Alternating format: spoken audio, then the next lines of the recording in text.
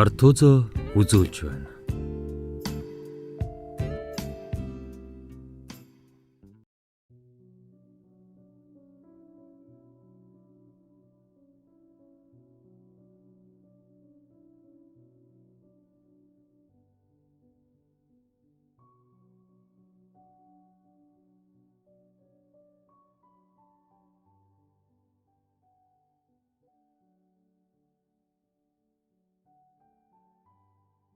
Нөхрийн өрх. Эхнэрийн өрх гэдэг киног үзээд би өөрийн нэгэн түүхийг бичгээр шийдлээ. Эхнэрийн өрх гэдэг кино монголчуудыг бас л шуурулж байсан шүү. Тийм ээ. Миний түүх 10 жилийн ширээнээс эхлэлтэй. 10 жилд ангийнхаа нэгдэл чихэр шар дүрсгээ өгөөдтэй задлаа додол явдаг эршүүд охинтой нэг ширээнд суудаг байлаа. Уг нэг хөөрхөн охин даанч хичээл ном гэхээс илүү зодон хөвгүүдгээд гүйчихнэ. Бас тамиг татна. Ер нь л нэг болохгүй нөхөр байсан. Багш намайг хичээлдээ сайн учир түүнийг засаж аав гээд миний хажууд суулгасан юм. Сүүлдээ би түүнийг засаад байна уу? Тэр намайг засаад байна уу л боллоо.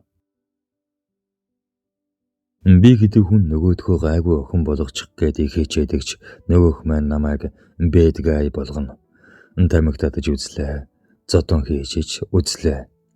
Юу ч үзээгүй айлын эрэгтэн хүү байсан би чинь хэдэн сарын дотор өөрчлөгдөөд л ирэв. Мэдээж энэ гэр бүл болоод багшид таалагдсангүй. Намайг нөгөө охиноос салгаад өөр охинтой суулгачихлаа. Тэгтэл яасан? Би түүнд аль хэдийн уусчихсан. Завсарлаган болохоор нөгөөхөө дагаад сургуулийн 10 урд очиж тамиг татна. Хичээлээ дараа тэднийд очиж хоол хийж идээд сига тавлна. Тэр охин гаднаа л тийм хэрцүү харагдагч аав ээж хоёр нь салчихсан. Аавтайгаа амьдэрдэгч ээж дээрээ бас эрен очин байдаг. Ээж нь өөр хүнтэй суугаад 2 хүүхэдтэй болчихсон. Аав нь жоохон арх бодог хаяа гэртээ ээж ирж онохгүй. Харин манай гэр бүл маш их хатуу дэглэмтэй гэр бүл байсан. Ээж аав хоёр хоёул зэрэг цагдаагийн хүмүүс учир ах бид хоёр их сахилга баттай өссөн. Харин дүү маань ах бид хоёроос хол зайтай төрсөн бас ганц охин учир их эрэгтэй хүсэж байлаа. Охин дүү маань манайгийн босс байсан.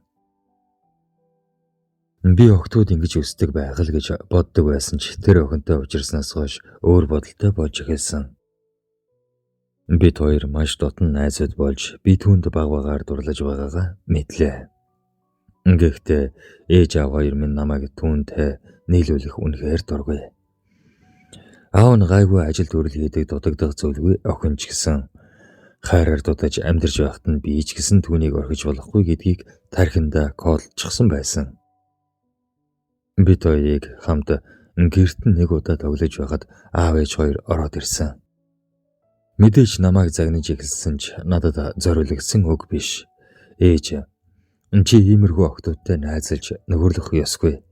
Чамайг ийм золбин амьдралтай хүмүүжилгүй охинтой найзлуулмааргүй байна.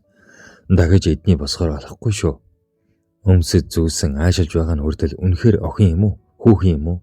Ингэж уурлан аав ээж намайг татаж чангаасаар тэднийхээс гарав. Гэрт ирээ дахиад л намайг загнана. Гэхдээ яагаад надад огт буруу өгөхгүй зөвхөн тэр охиныг л муу хэлээд байгаа нь надад таалагдсангүй.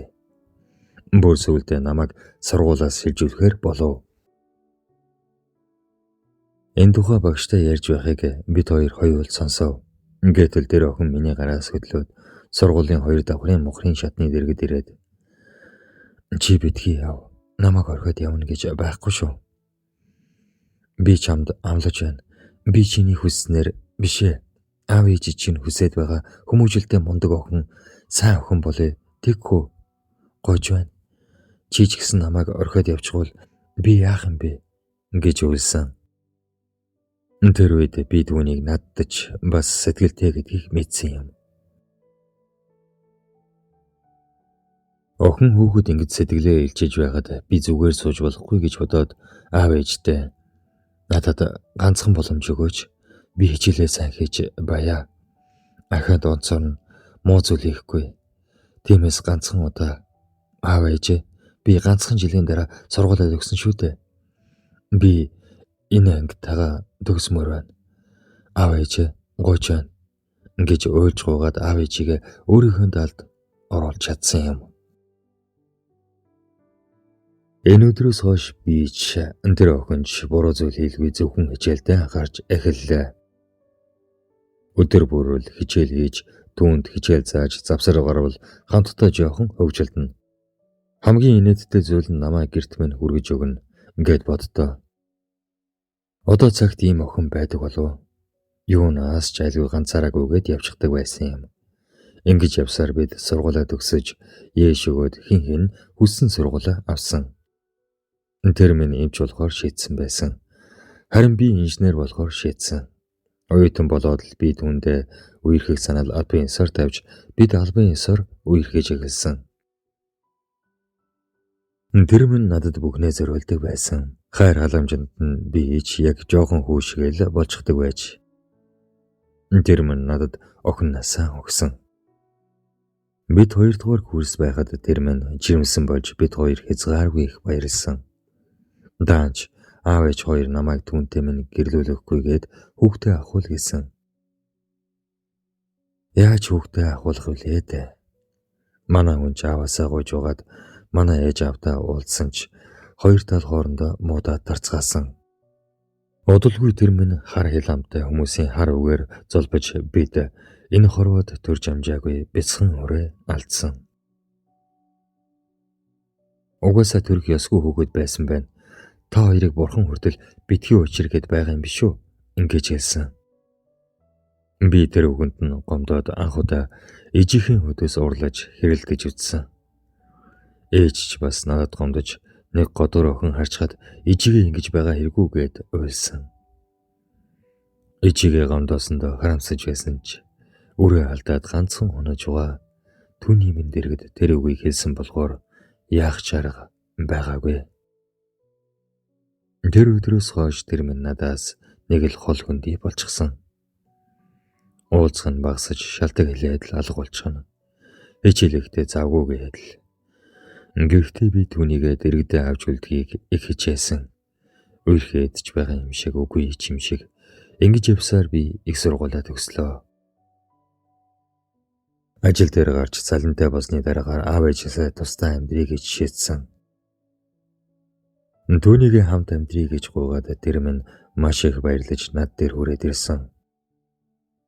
Анх хажуу өөрөө хөлсөж эхэлсэн бидний амьдрал түүнийг минь төгсгөх хүртэл үргэлжиж би түүнийгээ төгсгөхд нь байртай болж чадсан. Энд гэхдээ хоёр тал тусалсан. Бид хоёрыг ингэж удаан хугацаанд салахгүй хамт байсан учраас сүүлдээ үнэхээр л бие биедээ хайртай юм байна гэд биднийг зөвшөөрсөн. Амьдралаа өөрсдийн гараар босгож нэг аяга авсан ч хоёулаа хамт явж аваад л ямар их баярлаж ямар их аз жаргалаар бидний амьдрал эхэлсэн гэж санана. Үүр тийм аз жаргалтай байх юм шиг байсан. Тэр амьдрал 4 жилийн настай байсан. Залуу хүмүүс хөөгдгүй учраас хаа нэг найз нөхдөөрөө гарч орно. Гэр орондоо найзуудаа авчирна. Тэр нэгэн өдөр би ихнэрээ манай ажлын найзтай явуулдаг гэдгийг нь мэдсэн. Тэр үртэл би үнэхээр гадарлаачгүй. Надад тавьдаг хайр халамж яг л хэвээрээ байсан. Яаж мэдсэн бэ гэж юу? Тэр хүнийг өөрийгөө мэдэгдүүлэх хүртэл яг л ээрээ шиг тэр залуу надад ихнэр чинь өөр хүнтэй юм шиг байна лээ. Би харсан гэдэл тэгснэ надад өөрийгөө барьж өгөх гэж уулздаг газараа зааж өгсөн. Тэнд уулздаг юм байна. Найз нь мэдлээ. Чи хүрээд ир гэсэн. Тэгээд очиход тэр хоёр хамт байсан. Бүр миний хармааргүй тэр дүр зураглалтай. Би яаж чадаагүй. Тэгтлээ итгэдэг хүн маань итгэлийг минь алдсныг хараад зүгээр л буцаад гараад явчихсан. Тэр миний араас гарч ирээд уучлалт гуйж дахиж уулзахгүй уучлаарай гэж гуйсан. Үнэхээр их хайртай учраас би уучлсан. Гэхдээ хэдхэн сарын дараа ахаад л тэр дүр зураглал миний гэрт өрнсөн байсан. Миний орон дээр тийм их доромжилтыг мэдэрчгээд дахин уучлах зориг хүрээгүй.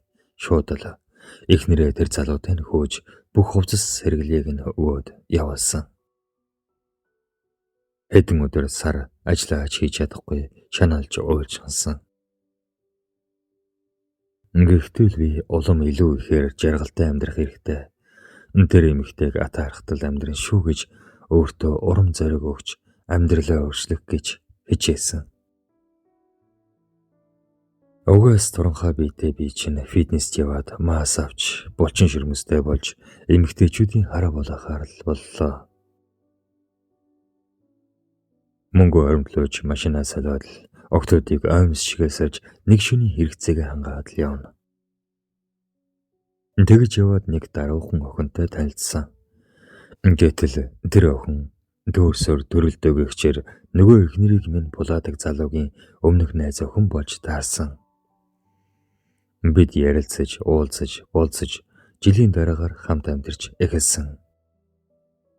Одоо тэр минь жирэмсэн. Удахгүй бяцхан үрээ хүлээж авахар бэлтгэлээ хангаад л явж байна.